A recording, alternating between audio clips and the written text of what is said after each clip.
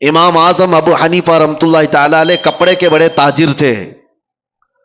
ایک بار ان کی کپڑے کی دکان میں ایک تھان میں عیب والا کپڑا آیا تھا، تھوڑا سا کچھ داغ تھا. خادم سے بتایا تھا کہ بیچنا تو یہ گراہک کو بتا کر کے بیچنا کہ اس میں عیب ہے. امام اعظم ابو حنیفہ چھوٹے موٹے تاجر نہیں تھے، بہت بڑے تاجر تھے. شام کو ان کا خادم آیا.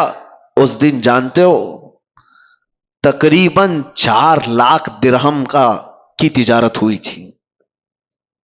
سب سے پہلے آپ نے سوال کیا کیا وہ عیب والا جو کپڑا تھا وہ تھان بک گیا؟ اس خادم نے کہا بک گیا، وہ تو صبح ہی بک گیا. کہا بتایا تھا؟ کہا ارے میں بھول گیا تھا. امام اعظم نے کہا کہ یہ 4 لاکھ پورے کے پورے بانٹ دو، اس میں کا 1 روپیہ بھی میرے لیے حلال نہیں ہے.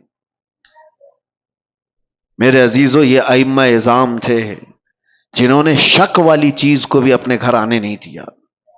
شک والی چیز بھی. میں پڑھ رہا تھا اس سے قبل ایک بات، شاید آپ کے سامنے میں نے اس کو شیئر کیا ہے، بیان کیا ہے. بغداد کے ایک بہت بڑے عالم دین تھے، بڑے بڑے علماء کو پڑھایا کرتے تھے. ان کی مجلس لگی ہوئی تھی، بچے باہر کھیل رہے تھے، بچوں کی گیند اڑ کر کے یہ علماء کی محفل میں آ کر گر گئی. سب بچے ڈر گئے. ظاہر سی بات ہے بچوں میں جو ادب اور تمیز ہوتی ہے نا، اس کا بھی بہت بڑا اثر ہوتا ہے. بڑوں کی مجلس میں جانے سے بچے ڈر گئے. بڑے بڑے علماء بیٹھے ہوئے، کون گیند لے کر کے آئے گا؟ ایک بچہ اس میں کہتا ہے کہ میں لے کر کے آ جاتا ہوں.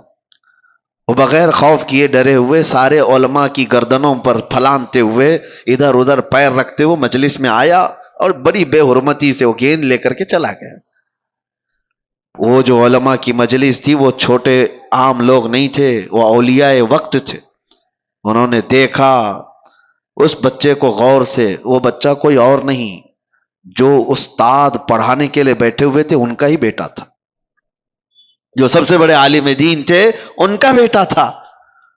سب کی گردنیں جھک گئیں کہ اس بڑے گھر کا بچہ ایسی کیسی حرکت کر سکتا ہے. وہ جو بزرگ تھے وہ سر جھکا لیتے ہیں، کہتے ہیں اس کا قصور نہیں.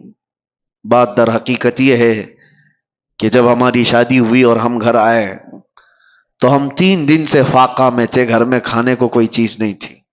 میں اور میری بیوی فاقہ کر رہے تھے. تیسرے دن ہمارے پڑوس سے ایک بھنے ہوئے گوشت کی تھالی آئی، بہت عمدہ غذا ہمارے پاس تحفے میں آئی. بھوک اتنی لگی تھی کہ ہم نے پوچھا بھی نہیں وہ کہاں سے آیا، کیا کھا لیا. پیٹ بھر کر ہم دونوں نے کھا لیا. اور اس کے بعد پھر ہم نے ملاقات کی. اس رات اس کا حمل ٹھہرا اور اسی سے یہ بچہ پیدا ہوا. اور وہ بزرگ کہتے ہیں مجھے یہ لگتا ہے کہ وہ مشکوک کھانا تھا، یہ بھی نہیں پکا کہ حرام تھا، شک تھا، پتہ نہیں حلال ہے بھی کہ نہیں. میں نے پوچھا نہیں تھا، کھا لیا. اور مجھے لگتا ہے اس کھانے کا، اس رزق کا اثر ہے کہ بچہ میرا بے ادب پیدا ہوا ہے. نسلوں پر بھی اس کا فرق پڑتا ہے.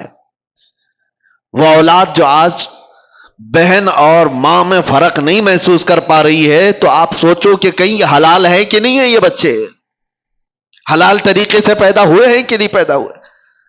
جو حلال نسل ہوتی ہے اس کے اندر ادب و تمیز لحاظ ہوا کرتا ہے. بچوں کو پہلے ایسی پرکھا جاتا تھا، خاندان کون سا ہے یہ بھی بچوں کے اخلاق و آداب سے سمجھ میں آتا تھا. بچوں کے بولنے کے انداز سے سمجھ میں آتا تھا کہ خاندانی ہے یا نہیں ہے. آج وہ ساری چیزیں ختم ہو گئی، سارے کے سارے ویسے ہی ہیں. بات کرو تو گالی کے لہجے سے بات کرو. چھوٹے چھوٹے سے بچوں کو سنا ہے کہ ماں بہنوں کی گالیاں دیتے ہیں. یہ کہاں سے ان کے اندر یہ چیزیں آئیں؟ ماں باپ سے میں کہتا ہوں آپ بھی اپنے رزق کا تھوڑا احتساب کرو، جائزہ لو کہ حلال طریقے سے کھا کر بچے پیدا کیے یا پھر اسی طرح حرام رزق پر. اور اگر حرام رزق سے ہی یہ نسل آئی ہے تو ہمارے لیے بڑا چیلنج ہے، بہت بڑا چیلنج ہے. یہاں جہاں سے ان برائیوں کی شروعات ہو رہی ہے وہاں جا کر کے ہمیں اصلاح کی ضرورت ہے. اس لیے میں یہ گفتگو کر رہا ہوں. بگڑے ہوئے ماحول کو ہم نصیحتوں سے سنبھال تو سکتے ہیں تھوڑی دیر کے لیے، لیکن جہاں سے لیکیج ہے وہاں تو روکنے کی ضرورت ہے. کہاں سے یہ لیکیج ہے؟ کہاں سے یہ چیزیں چل رہی ہیں؟ رزق سب سے پہلے جسم کے اندر بے حیائی پیدا کرنے والی سب سے بڑی چیز اس کا رزق ہے. زبان جو لذتوں کی شکار ہے یہ شہوت ہے، کبھی اس کو آپ سیراب نہیں کر سکتے.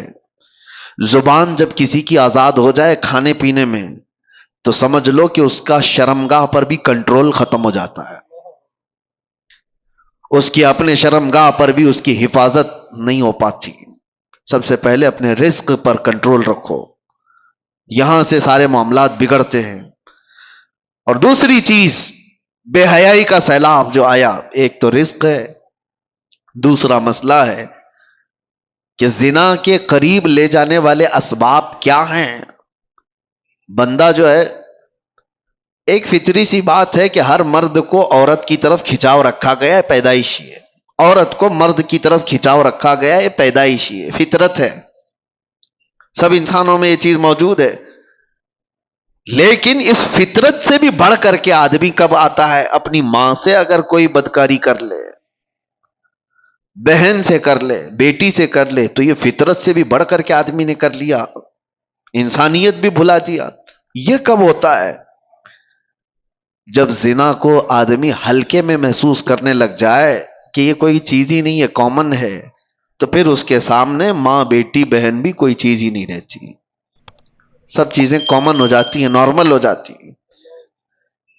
یہاں پر آ کر روک کہاں لگانی چاہیے؟ اپنی آنکھوں کی حفاظت کرو.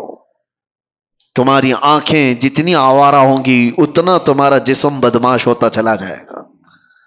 ساری بے حیائی، سب کچھ یہ آنکھوں سے شروعات ہوتی ہے. اسی لیے قرآن پاک نے مومنوں کو سب سے پہلے کس چیز پر روکا؟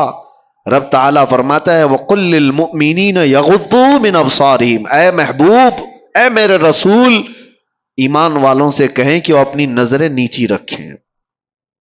وَقُلْ لِلْمُؤْمِنَاتِ يَغْضُضْنَ مِنْ أَبْصَارِهِنَّ. اور عورتوں کو تھوڑا سا زیادہ حکم دیا گیا ہے. مردوں کو اپنی نظریں نیچی رکھنے کا، اور عورتوں کو تھوڑا اور زیادہ حکم کیا ہے؟ اے رسول، اے محبوب، آپ عورتوں سے، ایمان والی عورتوں سے کہیں کہ وہ اپنی نظریں نیچی رکھیں. دوسرا آگے کا حکم کیا ہے؟ وَلَا يُبْدِينَ زِينَتَهُنَّ.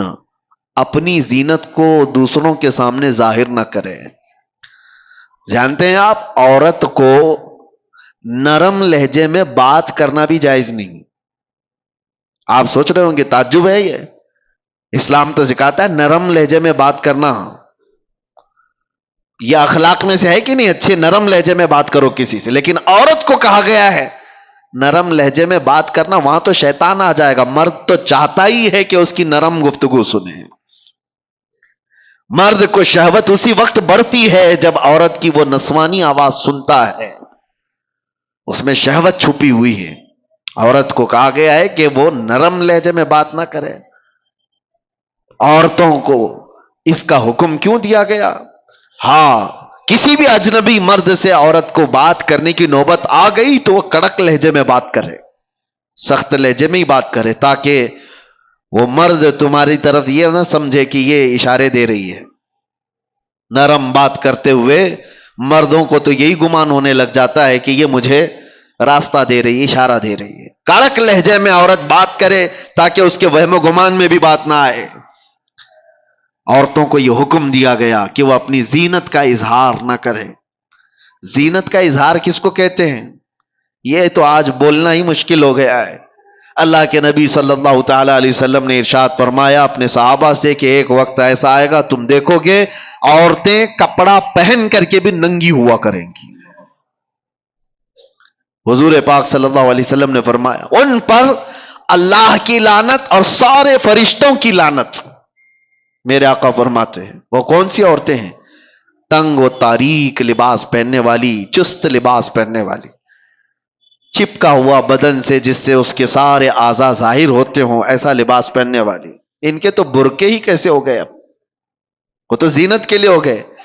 پہلے تو سنا جاتا تھا کہ نقاب جو ہوتا ہے، وہ حجاب جو ہوتا ہے عورت کو چھپانے کے لیے ہوتا ہے. اب تو حجاب اور نقاب ساری چیزیں دکھانے کے لیے ہوتی ہیں، اس میں بھی زینت کا اظہار ہے. حکم یہ تھا کہ باہر سے اگر کسی کی نظر پڑ جائے تو مرد یہ پہچاننے سے عاجز ہو جائے کہ یہ جوان عورت ہے کہ بوڑھی عورت ہے. اسے یہ پہچاننے کی تمیز بھی نہ رہے. اس طرح سے وہ عورت کو حجاب کا حکم تھا. لیکن عورتیں آج کپڑا پہن کے بھی ننگی ہیں. یہ زنا کے عام ہونے کے اسباب ہیں. جب اس طرح کی حرکتیں ہوں گی تو گھر محفوظ نہیں رہیں گے, کسی کے گھر محفوظ نہیں رہیں گے. نوجوانوں سے ہم تاکید تو کر سکتے ہیں کہ بیٹا آپ اپنی نظریں نیچی رکھو, اپنی حیا کا قتل مت کرو. ہم آپ سے یہ کہہ تو سکتے ہیں کہ آپ اپنے آپ کو کنٹرول میں رکھو, لیکن ان عورتوں کا کیا جو خود ہی ننگی باہر آ جائیں. ایک نوجوان کہاں تک اپنے آپ کو سنبھالے گا, کہاں تک برداشت کرے گا؟ کیا اس میں ان عورتوں نے بڑا کردار نہیں ادا کیا ہے کہ بے حیائی کو پھیلانے میں, بچوں کے اخلاق کو بگاڑنے میں ان عورتوں کا کردار نہیں ہے؟ بہت بڑا کردار ہے. ہم دنیا بھر کی عورتوں کو کچھ کہنے جائیں تو ہمیں اپ ٹون مارا جائے گا کہ عورتوں کے حقوق کا قاتل ہے, یہ عورتوں کی آزادی کے خلاف ہے یہ مولانا لوگ. دیکھو پورے جھنڈ کے جھنڈ حملہ کرنے لگ جاتی ہیں عورتیں. کوئی ایک بھی اگر ان کے لباس پر بات کرے تو ان کو ایسا لگتا ہے کہ سب کے سب حملہ آور ہو جائیں گی. عورتوں پر ہی بولتے ہو, مردوں کو نہیں بولتے. اسلام وہ ہے جو پہلے مردوں کی آنکھوں پہ پابندی لگایا ہے, لیکن اس کا مطلب یہ نہیں ہے کہ سارے مرد اپنی آنکھیں نیچے رکھ کر کے ہی جائیں گے اور آپ اپنا جسم کھلا رکھ کر کے ہی کہو. تو ان عورتوں سے میں کہتا ہوں جن کو ہمارے جملے برے لگتے ہیں, میاں قانون بھی ہے, پولیس بھی ہے, ڈپارٹمنٹ بھی ہے, سب کچھ تو ہے گورنمنٹ کے اندر, حکومت کے اندر. تو پھر اپنا سونا چاندی تجوری میں کیوں رکھتے ہو؟ چوکھٹ پہ رکھا کرو. پولیس تو ہے نا, حفاظت کے لیے گورنمنٹ تو موجود ہے. لاؤ اپنی جیولری پوری باہر دروازے کے باہر رکھ کر کے آرام سے سو. آپ کو لگے گا نہیں پولیس تو ہے, 24 گھنٹے تھوڑی نا میرے مال کو دیکھ رہی. یہی ہم آپ سے کہنا چاہتے ہیں. نوجوان اپنی آنکھیں نیچی تو کر لیں گے لیکن 24 گھنٹے نہیں کر سکتے. تم اپنی حفاظت تو کرو, تم اپنے جسموں کی حفاظت کرو. اور جس طرح سے یہ عورتوں کو برا لگتا ہے, میں ان سے یہی کہتا ہوں تمہارے جسموں کو ہم حفاظت کے لیے کہہ رہے ہیں, یہ نہیں کہ کوئی یہ پابندی ہے, یہ کوئی قید ہے. کس نے کہا کہ تم کو قید کرنا ہے؟ اگر عورتوں کو قید میں رکھنا ہوتا تو ہماری آدھی شریعت ام المومنین عائشہ صدیقہ سے نہیں چل رہی ہوتی. سیدتنا عائشہ صدیقہ رضی اللہ تعالیٰ عنہا کے بیان کردہ حدیثوں سے آدھی شریعت ہے ہماری. آپ کو کیا لگتا ہے عورتوں کو قید کیا گیا ہے؟ عورتوں کو قید نہیں, عورتوں کو ان کے مقام پر رکھا جا رہا ہے جس کی وہ حقدار ہیں. کبھی آپ یہ سوال کرتے ہیں کہ خانہ کعبہ پر غلاف کیوں چڑھایا جاتا ہے؟ اس لیے کہ وہ مقدس ہے. قرآن پہ غلاف کیوں رکھا جاتا ہے؟ فرق کرنا ہے کہ وہ مقدس ہے. یہ تمام چیزیں کیوں رکھی جاتی ہیں؟ کہ ان کا تقدس برقرار رکھے. عورتوں کو اسی لیے پورے لباس کی بات ہم کرتے ہیں کہ ان کا تقدس برقرار رہے. ننگی رہے تو ہر ایرا غیرہ نتھو کھیرا دیکھتا تو رہے گا ہی. لوگوں کی شہوت پر کسی کا کنٹرول تھوڑی نہ ہے. کتنوں کی آنکھوں کو ہم بچائیں گے؟ یہ بے حیائی کا جو دور دورہ ہے اس میں یہ سارے اسباب ہیں.